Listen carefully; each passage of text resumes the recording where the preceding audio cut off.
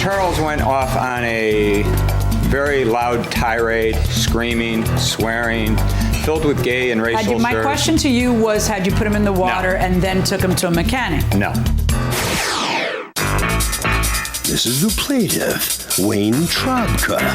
He says he purchased 2 jet skis from the defendant, who assured him they were in good and safe working order. He even told him he had replaced the carburetors, which was a total lie and misrepresentation because the things are junk.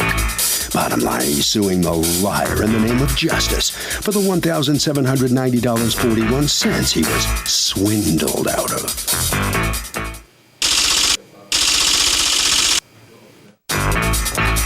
This is the defendant, Charles Morano.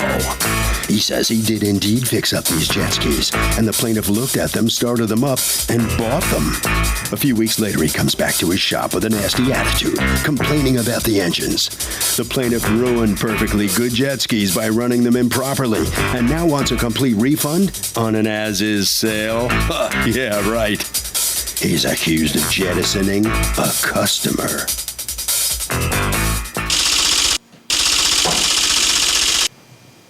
All parties, please raise your right hand. What you are about to witness is real. The participants are not actors. They are actual litigants with a case pending in civil court. Both parties have agreed to drop their claims and have their cases settled here before Judge Marilyn Millian in our forum, the People's Court. Be seated, come to order, please. Litigants have been sworn, Your Honor. Thank you, Douglas. You're welcome, ma'am. Okay, Wayne Trabka, Yes. You are suing Untouchable Towing and Auto Repair for $1,790.40. All the money that you've put into the purchase of these jet skis, because according to you, they're junk. Tell me what's going on. First, Charles had put an ad on Facebook. We answered the ad on Facebook, advertising the jet sales. Do you have that ad? I don't have a copy of the ad, no. Do you have that ad? No, I don't. I'm sorry, Your Honor. Okay, go ahead. We contacted Charles. We questioned him as to the shape of the jet skis. He said, all my stuff is in very good working order. My son and I took a ride up to his shop. We went and spoke to him. He said, let me go get my mechanic. They're out in the back lot. They brought the trailer up.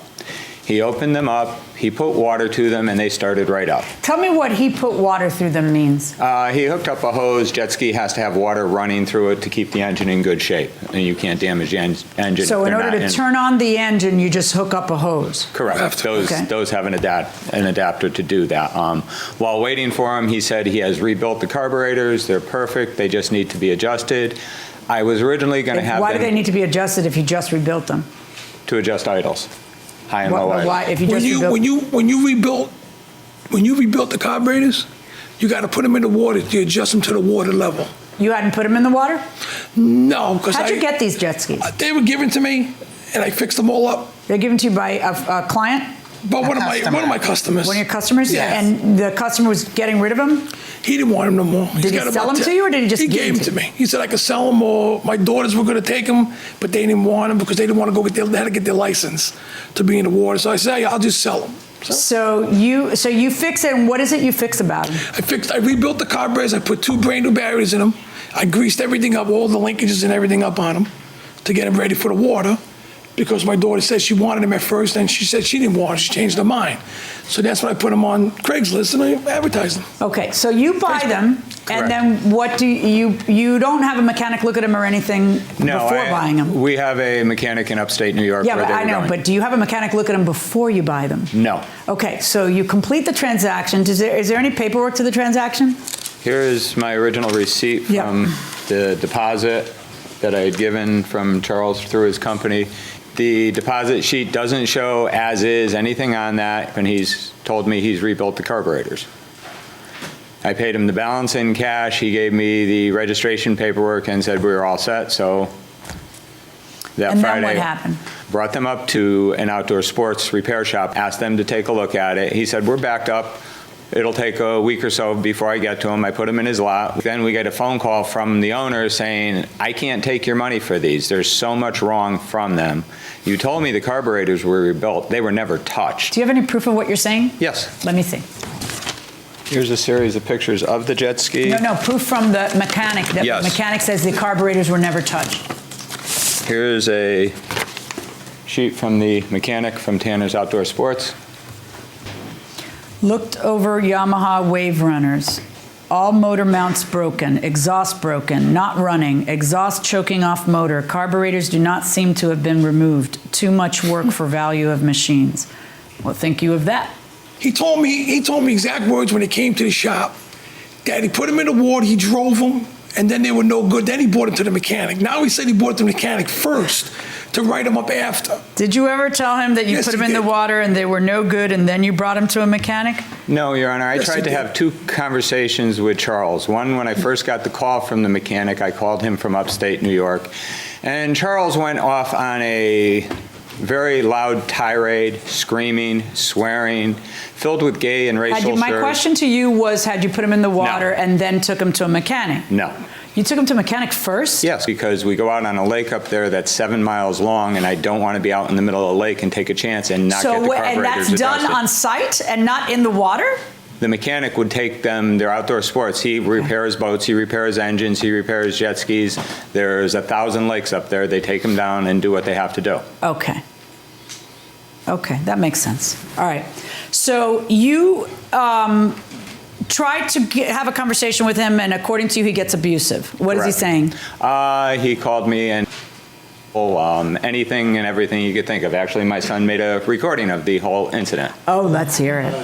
Do you have it? Yes, he does. Let's play it. Come on, stand up and come close to the microphone. Easy way, not the hard way. I said I'm hoping to do this the easy way, not Do it the hard way. Send the warranty. Goodbye, get off my property. Take me to court, spell my name right. Get off my property. Okay. I don't care. Sue me.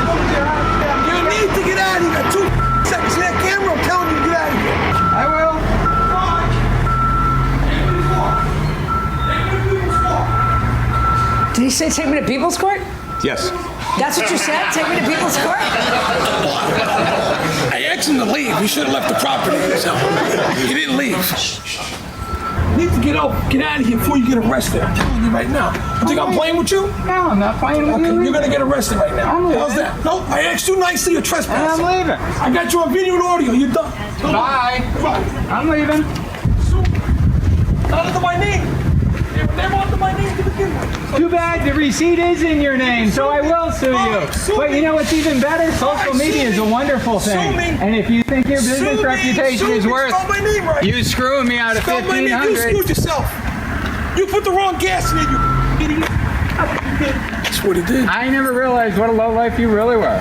Your family's a low life. How's that? So if you got a problem, come see me now, punk. He didn't say that. Don't worry, Charles. Everybody around you will know what you are. That's okay. You're out of your mind. That's okay.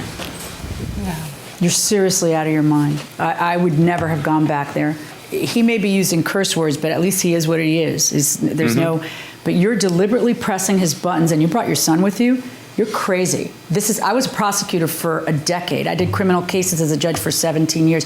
This is exactly how stuff happens. Not to suggest you're a murderer, but this is exactly how stuff happens. But but seriously, everybody That's not has funny. to, like, It's you know, true. you're on the guy's property. The guy's 100 feet big, and he's telling you to get off, and you're deliberately pressing his buttons, not getting off, and taping him. And you know, this is how bad things happen. Over $1,500 on a couple of jet skis. That's what we were built for. We're built for disputing this. But I think you're crazy to have gone back there when you knew he was crazy, and you're crazier than he is. That's what I'm trying to say. You're crazier than he is. Okay. You know, because you're deliberately trying to poke the bear. Poking the bear over and over and over, you can get a reaction. I mean, you're crazy. You're real. You scare me more than he does. Welcome back to the People's Court. Harvey Levin here. So, is this bad parenting? You're teaching your children to solve problems with violence. Well said. What do you say? Yeah, you should lead by example. Leave your child at home and do whatever you want to do, but I don't need to see. Fair enough. Jeez. I'm going to go to you just because I like your haircut. Oh, thanks. Yeah, no, bad parenting. Bad parenting. By the way, we're in Los Angeles in front of the TMZ Hollywood tour bus because we thought we would kind of, see how much fun they're having going inside the courtroom. Now, let's talk about this. I think what I'm going to do is take a recess and have a chit chat with this individual because of the way, what he says here, carburetors do not seem to have been removed. I don't know what that means. I don't know if he's saying these carburetors were never rebuilt. If he tells me these carburetors were never, my opinion is these carburetors were never rebuilt, you're giving this guy back his money. If that's not what he's saying here, if it's just, hey, the rest of this stuff, well, then you're buying, unless you get a specific warranty, the default position is that you're buying used stuff and it's as is. What year are these things? 89. 89. Right, If you look at the pictures, the fourth picture and towards the end of the pictures are pictures of the top of the carburetors. And you will see rusted screws that have never been removed. To rebuild a carburetor, you would have to remove them. Correct. Well, what I told them was they were rebuilt carburetors. Okay, I didn't tell them I rebuilt them that day. His point is that the carburetor cover has rust. Well, they were sitting outside. It's going to get stamped outside, Your Honor. Of course they're going to get rust on it. When did you get them in your possession? I got those about 3-4 months ago. If that's the case, then yeah, I'll be lying to you. Okay, we're talking about a lot of, this is like, you couldn't even take that screw off, my friend. I don't remember seeing that like that. Those rusty screws like that. Like I said again, I'll say it again and again. He heard him running, he bought him, I told him as is, and that's the bottom line. I mean, I'm not, the guy heard him run. I don't know what he did after he took him. Couldn't tell you. I don't know what he did with them. Listen, let me explain to you how it works. An as-is sale is an as-is sale. You're right. An as-is sale is an as-is sale, and there's no warranty on it. Unless you make a warranty, unless you make a statement and the statement turns out to be false, then that is a specific warranty in the eyes of the law. If you say, I put 4 new tires on him, and it turns out you're a complete liar, and that was just a lie said to get somebody to buy something, that's a problem for you. If you say, I rebuilt the carburetors and the carburetors haven't been touched, that's also a problem for you. I rebuilt those carburetors. Should I get off this bench and go waste everybody's time and make that phone call? Do what you have to do. I rebuilt them. Well, I'm asking you, how is it possible for you to rebuild them when the covers are so corroded, it looks like the screws have not even been touched? Those carburetors rebuilt, those things ran like, I'm telling you, those things ran top. How did you do it without removing the cover? They moved, you can move the carburetors without moving the cover, take 2 bolts out. But those don't look like you mine. can't touch those bolts. That don't look like my carburetor, all rusty like that. Okay, because if it is your carburetor, there's no way that carburetor was... Exactly, but that's not mine. Okay. I know, I build these things all the time. I got customers all the time bring these things in. Yeah, I'm not even going to waste everybody's time and take a recess. I'm going to tell you right now, those carburetors weren't rebuilt. And I am going to, because there is no explanation for how it could possibly look like that, I'm ordering the defendant to pay the plaintiff the amount of the $1,790.41. The jet skis, of course, you will make arrangements now to have them returned to him. That's my verdict. Thank you, Your Honor. The plaintiff wins this case because those pictures told the story there. They did look not rebuilt carburetors from the pictures, right? Don't look like my carburetors. I'm telling you, that thing was rebuilt. So you're saying he went out and took pictures of some other carburetors? Who knows what he did with the jet ski either way? Those things were running and left my shop. How do you know? I don't know. You don't know what he did to them. He could have blew them up, did something to them. Did you call him all those homophobic names? I called him names. I told him to leave nice there first. He wouldn't leave the shop. Saw the video. He kept coming in the shop. I told him to leave. He wouldn't leave. So I told him, get the hell out. Yeah, I did call him with names, so why not? I ain't gonna lie about it. All right, okay. Yeah. All right, guys. All right, down this way. All right, step on in here. You win your case because you had the evidence. So what's your reaction to this? Happy with the judge's ruling. Unfortunately, Charles is what he presents himself to be. Found out afterwards he was arrested for hate crimes and swearing racial slurs at a customer that tried to retrieve a vehicle. So you called him a lowlife. You were Yes, baiting him. Possibly. What are you smirking about? Why were you baiting him? I was looking to make a deal with him to get my money back and to see what he was going to do. Harvey? Okay, Kurt, the carburetors were an essential part of the deal, which is why the judge undid the contract. That will do it for this case. Litigants for the next case on the way into the courtroom right now. This is the plaintiff, James Vanatter.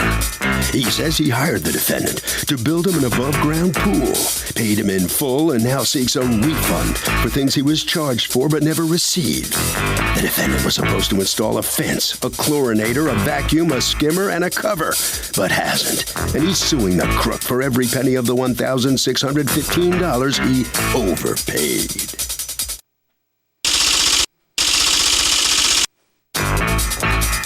This is the defendant, Larry Anderson. He says the plaintiff's pool came in from the manufacturer without some of the items the plaintiff's seeking a refund for.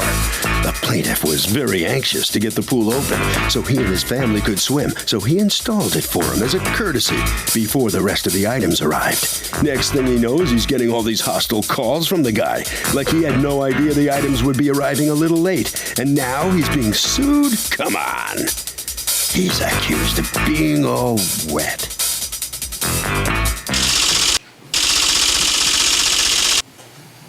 All parties, please use your right hands. Welcome back to the People's Court. Next case in the docket. The plaintiff hired the defendant to build an above-ground pool. Says the defendant didn't install a fence, a chlorinator, and a vacuum.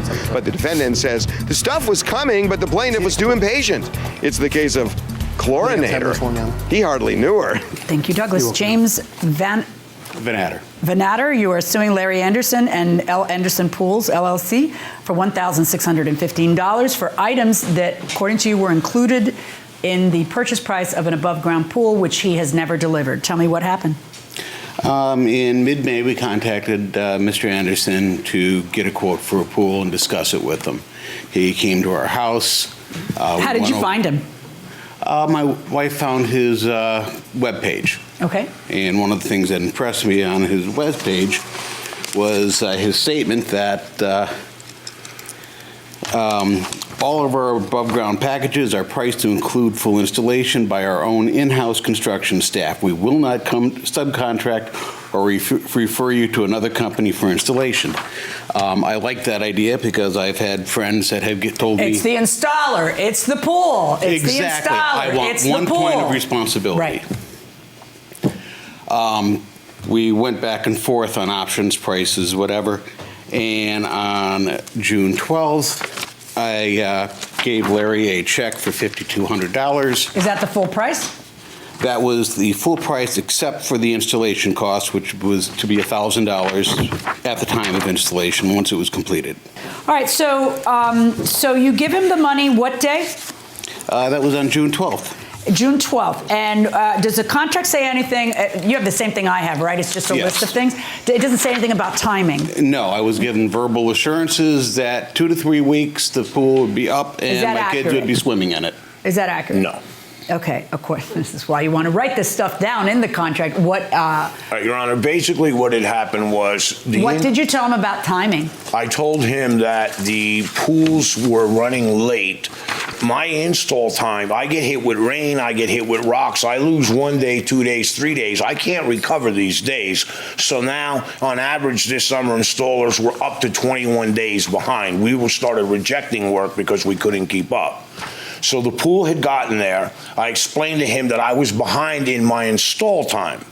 I gave him the option, you're not dedicated, you're not contracted, nor do you have any money that makes me liable to install your pool. If you can find another installer because I'm holding you up, well then you go ahead and do that. He said, no, so whatever time frame there was, he agreed to it. What day did you put up the pool?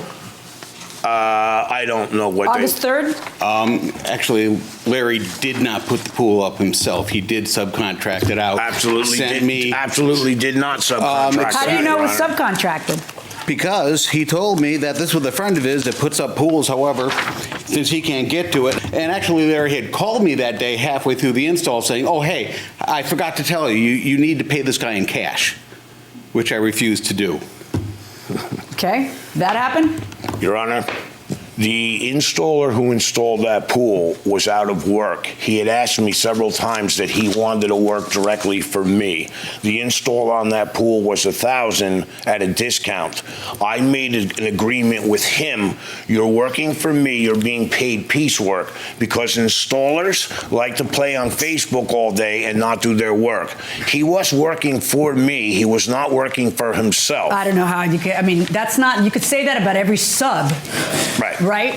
You just described what sub means. Unless you're paying taxes on the guy and he's your employee and you file a W-2, then he's a sub, which is specifically what your thing says you're not going to do. But let's put that to a side a second and let's discuss what occurs. So the pool goes up, but we don't have the chlorinator? Correct. We don't have the vacuum? We don't have the fence? Correct. Did the package include a cover? No. Never? No. According to you? No. And what evidence do you have that it included a cover? because we had discussed that verbally, and it was supposed to, you had Don't told me stare it him would down. be. Look at me. Talk to me. I'm sorry. Is that anywhere on the invoice? No, it's not on the invoice. Okay. All right. So what ends up happening is he decides, I've waited long enough. At some point, after several weeks pass, he sends you a letter and he says, either you come and you put in the rest of the stuff because I've been waiting for 2.5 months, or I will take you to court and just buy this stuff myself because I've already paid you for it and I don't have it. And he doesn't hear from you, so he takes you to court, and that's why we're here. Now, according to you, now he's suing you for the following things: a chlorinator that is $63 on the open market, a vacuum that's $137, a surface skimmer that's $45, a winter cover, which you say was never part of it, and unless you show me proof it was, you're not going to get that, and a fence. And the fence is the big ticket item. The fence is $1,250. It's almost all of this. Now, the fence is something that, according to you, is included in the $5,200 estimate. And according to you, it's not? No. Okay. Now, he has, show me what you've got. He has your invoice, and it lists the fence. Correct. Right. He had originally wanted a pool with a fence, the fencing around it with the decking. The decking became too much money. Okay, he decided that he didn't want to do it. At that point, I had taken it as that the decking and fencing was being alleviated and done. When I went... Eliminated. When I went to him to pick up the deposit, what happened was he said to me, yes, I want the fence. Okay, but after him saying wanting the fence and the figures, that fence was on top of what that 52 was. But you didn't write that. You wrote fence kit, right? Onto the, I mean, you weren't going to get he wasn't going to do it. He wasn't going to, and you were worried about him backing out of the deal, so you included the fence? No. Because that's what your answer to the complaint says. I was worried they would back out of the deal. No, that I was worried. I thought I might lose the pool deal entirely because his wife was looking funny at me. No, I love that. Your Honor, I love that Your expression. Honor, Your What Honor. did you mean she was looking funny Your at Honor. you? Giving you the evil eye? No, it's the price, Your Honor. The $1,250, what I meant by that was losing the deal. That $1,250 is my cost. I should have been able to increase the cost on that profit. So I you let can it say go. everything you want to say, but here's what you said in the answer to the complaint. I quoted him the price of $1,800 on top of that, the $5,200. But when his wife started looking funny at me, correct, I thought I might lose the pool deal entirely, so I sold him the fence at cost, $1,250. Okay, now your version of this is different. Your version of this is what? My version of this is, on June 1st, I received a text message from Larry. Do I want the pool? The response was yes, with the fence. Okay. So it that wasn't doesn't tell anything. me what it is that you were supposed to be charged for the fence. When you discussed fence with him, did he tell you it would be $1,250? That was the price he gave me, and he gave me a total package price in another email. I understand that he has failed you, but that doesn't give you the right to all of a sudden pretend the fence is free. No, the fence wasn't free. So the fence was supposed to be an additional $1,250. No, that was the cost of it, but it was included in the $5,200. And I have an email from him that gives a quote. Okay, now let me see the email that you have.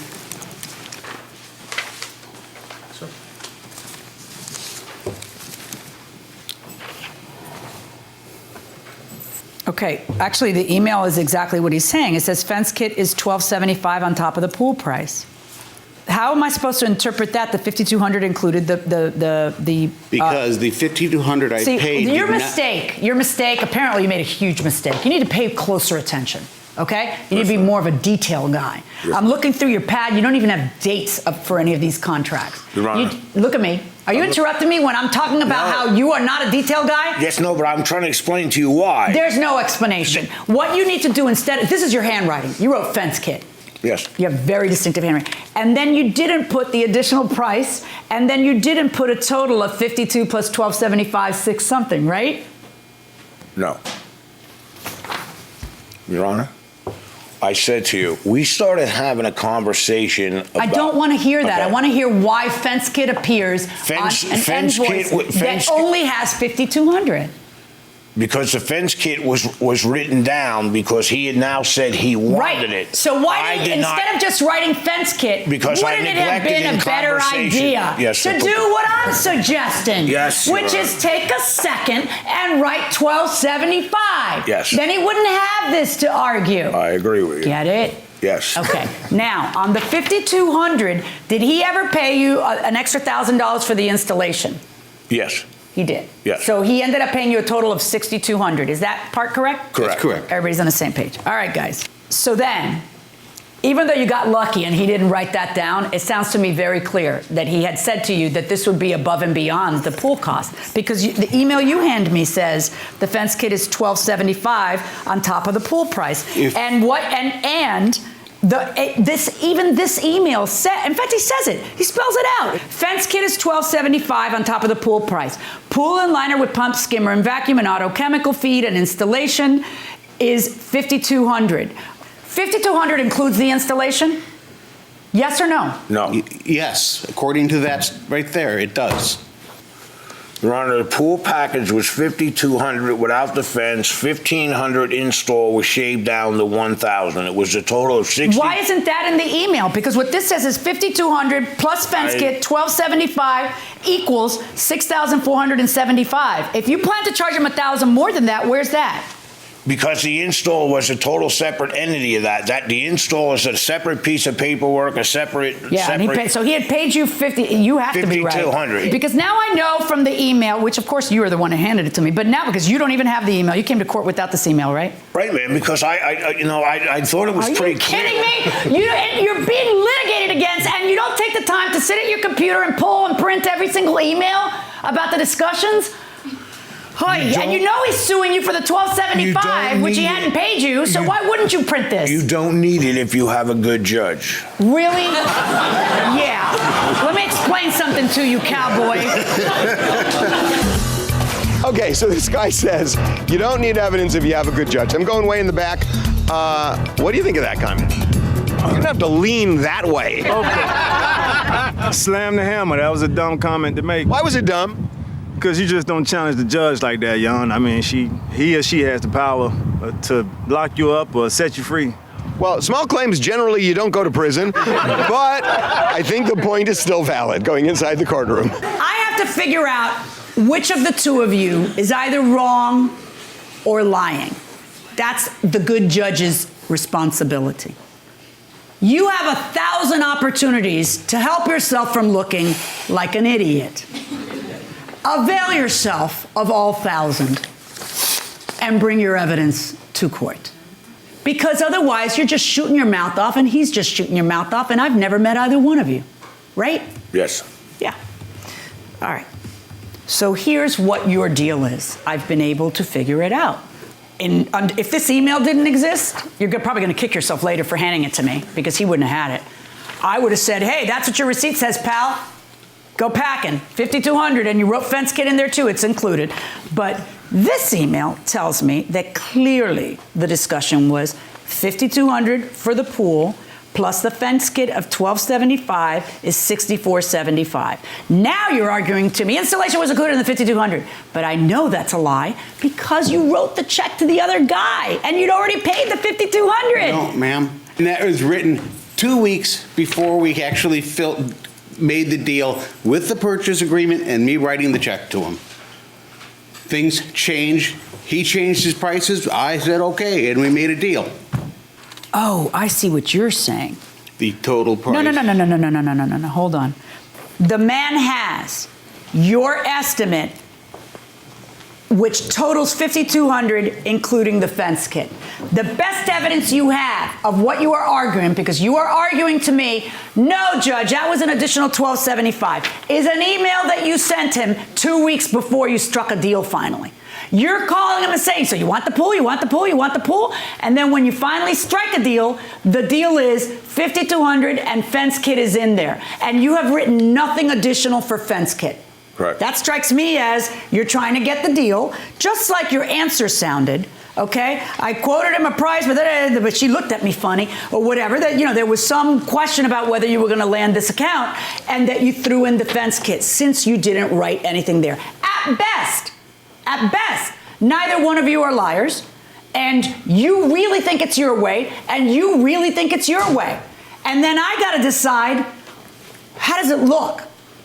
Fairly, how does it look? And fairly, you included Fence Kid in there, and you're the guy drafting the contract, and there's a premise in the law that says any ambiguity gets called out against the drafter who drafted the ambiguity. In other words, you're the guy who didn't write 1275 there, so isn't he within his rights to say it looks like a duck, it quacks like a duck, it walks like a duck, it's a duck? You know, I'm supposed to get this whole thing. I paid him all up front, $5,200. I paid him everything but installation, Judge. Isn't he entitled to say that unless you can present proof to the contrary? I find that he is. You're not entitled to the winter cover, but you're entitled to everything else. I'm ruling in favor of the plaintiff in the amount of $1,495.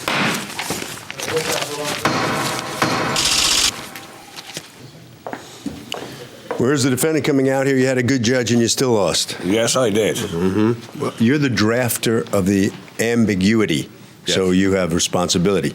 Yes. You understand this? Yes. It was actually, I can see now that that wasn't added as I wrote it in and didn't put the pricing. The email, the judge had it right the first time, but, you know, what she did say is correct. The end result is the paper does look like it was included. So right. So what are you going to do now as a result of this after what you've learned in this experience? Spend 1 hour installing a pool and 10 hours writing the estimate for it. Okay. Exactly. All right, sir. So step on out here. What's your comment on this? Justice has been done. I've been refunded my money. I'm happy. All right, Harvey. Okay, all of this is so unavoidable, it's so ridiculous that when you make a contract with somebody, spend the 10 minutes it takes to figure out what it is that the person is doing, what each of you are doing, and then write it out clearly every step along the way of what's supposed to happen and who's supposed to get what. It just saves so many problems down the line. It will take so much more time to undo a mess. And that will do it for this case, litigants. For the next case on the way into the courtroom, right now. This is the plaintiff, Katrina.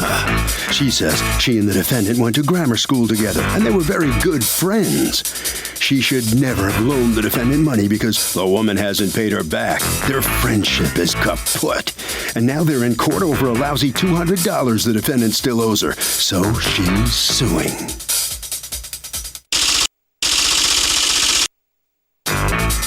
This is the defendant, Tanitra Holmes.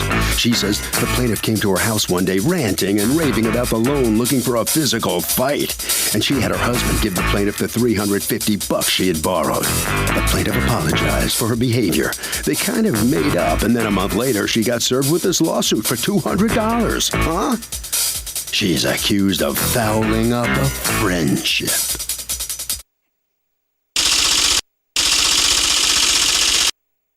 All parties, please use your right hands.